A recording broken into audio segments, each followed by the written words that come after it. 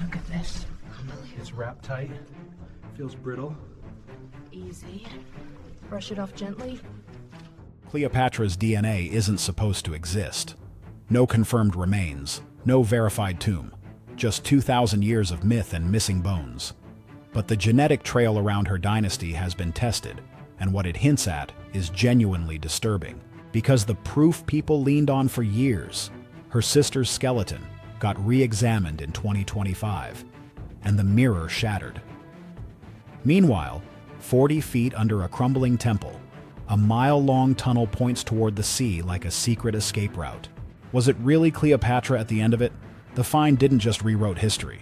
The truth hidden in that tunnel tells a very different and much darker story. The tunnel to a vanished queen. For 2,000 years, Cleopatra's ending has been the cleanest vanishing act in history. One moment she's the last pharaoh, the face of power and theater, and the next, she's just gone. The usual explanation is simple. Alexandria changed. Earthquakes, water, shifting coastline, modern streets layered over ancient ones. The queen's final address got swallowed. But for the last 20 years, one person has treated that explanation like an alibi that doesn't hold up. Kathleen Martinez isn't framed as the classic scholar. The transcript paints her as a criminal lawyer turned archaeologist from the Dominican Republic. Someone who doesn't admire mysteries, she prosecutes them. She doesn't approach Cleopatra like a romantic poster on a museum wall. She approaches her like a missing person with a crime scene attached. Ciphered. This remains has the possibility of being the lost tomb of Cleopatra. And once you treat Cleopatra's death like a crime scene, the questions change. Where do you hide a queen if you believe Rome will desecrate her body? Where do you bury someone who feared humiliation as much as death? Where do you put the one tomb that can't ever become a trophy? Martinez's profile didn't push her deeper into Alexandria. It pushed her away from it, about 30 miles west, to a forgotten crumbling temple called Taposiris Magna. And then the story stops being poetic and starts being physical. Because in 2022, the ground under that temple reportedly gave up a massive anomaly. Martinez and her team broke through limestone and found something that, on paper, shouldn't be there. A tunnel carved through solid bedrock. Not a little passage. A replica of an engineering legend. The transcript calls it a geometric miracle. Here are the details that make it feel like a message, not a coincidence. It stretches over 4,300 feet, nearly a mile. It's around 6 feet high. It sits roughly 40 feet underground. It's submerged in mud and water, and it heads straight toward the Mediterranean Sea. So why build a mile-long underground structure in unstable rock unless the endpoint matters? You don't do that for a minor site. You do that when something at the end of the line has to stay hidden. Then a second clue shows up offshore. The discovery of a sunken port suggests this place wasn't just a remote temple. It was connected. A hub. Martinez's terrifyingly simple theory is that the tunnel doesn't just lead outward. It leads to the last place Cleopatra could vanish on purpose. A sanctuary designed to never be defiled. And right when that starts to sound too perfect, the temple offers one more piece of ritual-feeling evidence. Inside the complex, in 16 rock-cut tombs, the team finds mummies with something glittering where tongues should be, gold foil tongue amulets. The transcript explains the belief behind it. If you want to survive the afterlife, you must speak to Osiris, so you're given golden eloquence. The chill is why they're there, at that specific temple. Martinez's interpretation is that these weren't random burials. They were Cleopatra's people, courtiers, buried and prepared to speak, maybe to announce the arrival of their queen. So now the story splits into two open doors, a tunnel that might be a road to Cleopatra, and a necropolis that looks staged for someone royal. Okay, but can we prove it? When Cleopatra's bloodline breaks. DNA is where the Cleopatra shortcut was supposed to happen, and the genetic hope didn't start in Egypt. It started with bone from a different place. DNA attention focused on Ephesus, because a skeleton in an octagon tomb was treated as the blood mirror to Cleopatra's genome. Bone in that octagon was believed to belong to Arsinoe IV, also called Areno or Arsinoe in the transcript. So the skull and skeleton became the imagined genetic doorway into Cleopatra's bloodline. DNA tests on those remains originally failed, and the transcript gives the reason plainly: contamination, because the bone had been handled too many times for a clean lab reading. The skull's history made it worse. The skull found in 1929 had been photographed and measured, then vanished during World War II bombings in Germany. That left later genetic arguments leaning on old records instead of a fresh test. Skull measurements became the fuel for a claim, because archaeologist Hyla Thur argued that the bone proportions suggested an African mother, which would reshape ancestry assumptions tied to Cleopatra's dynasty. The ancestry debate grew heavy. Writers like J.A.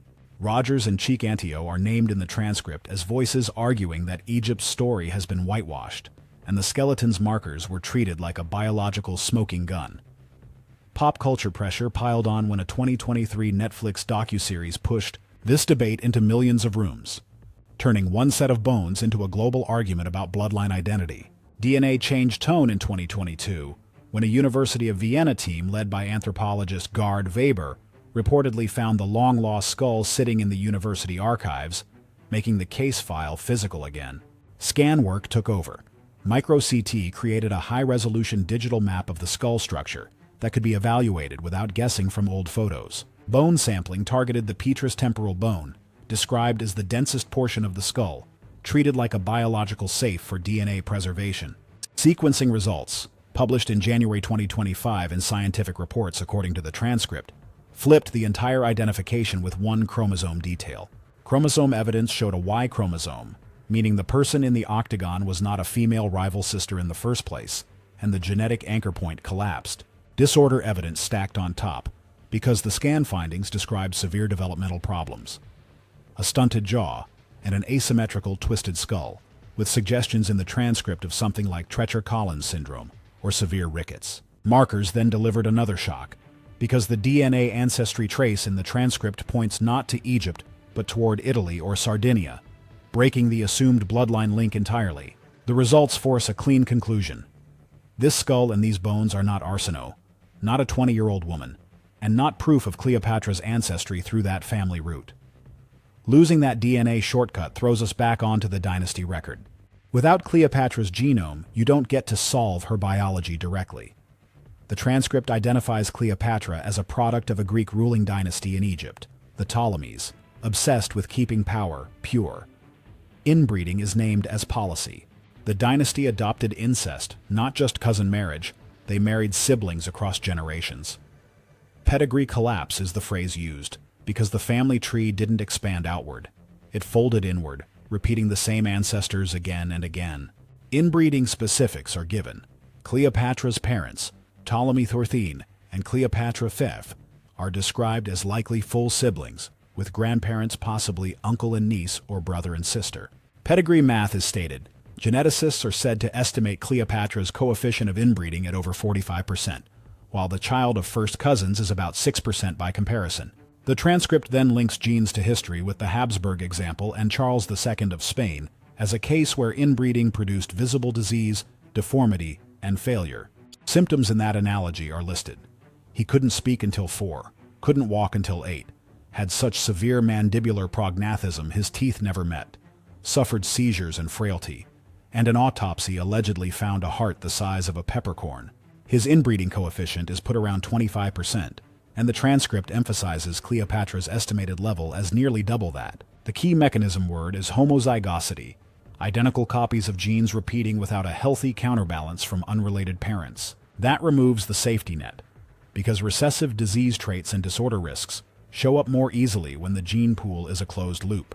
Extreme inbreeding is said to boost the odds of deformities like the jaw problems seen in the Ephesus skull case. Disease patterning is pulled from family descriptions.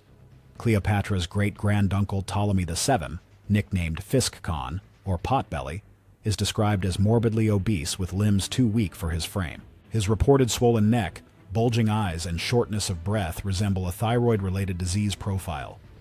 The transcript names Graves' disease, an autoimmune disorder attacking the thyroid and causing exophthalmos and goiter. It doesn't stop at looks. Graves floods the body with thyroid hormones, producing manic energy, rapid speech, insomnia, and erratic high-stakes behavior.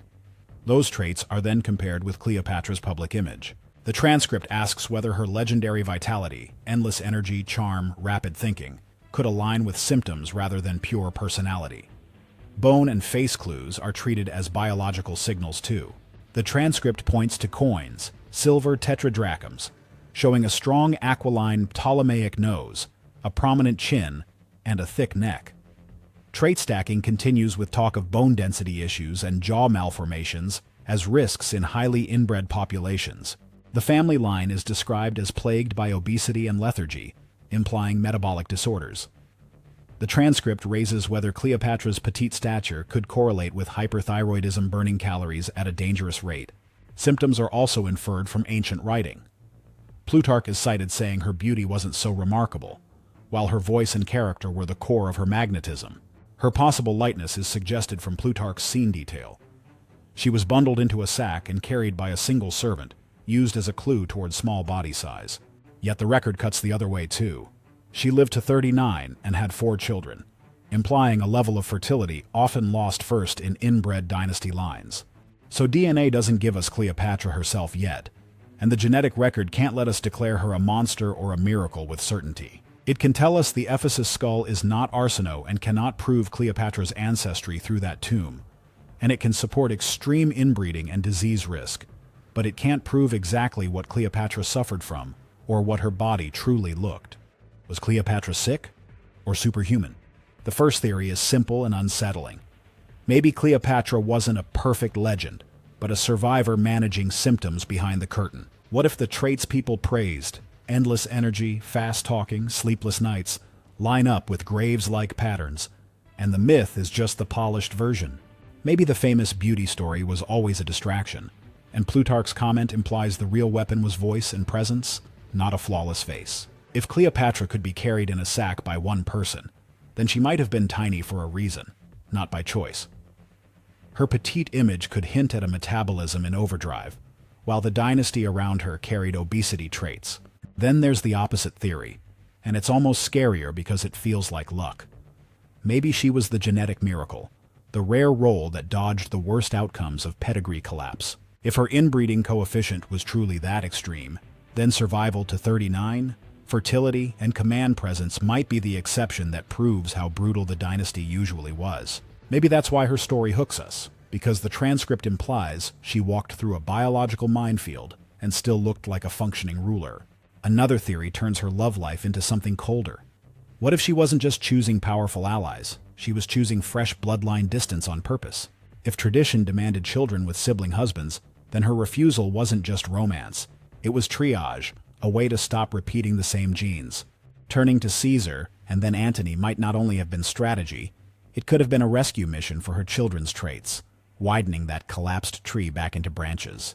If she grew up watching relatives decay, then the theory suggests she understood the pattern, and her decisions were made with the fear of what comes out next.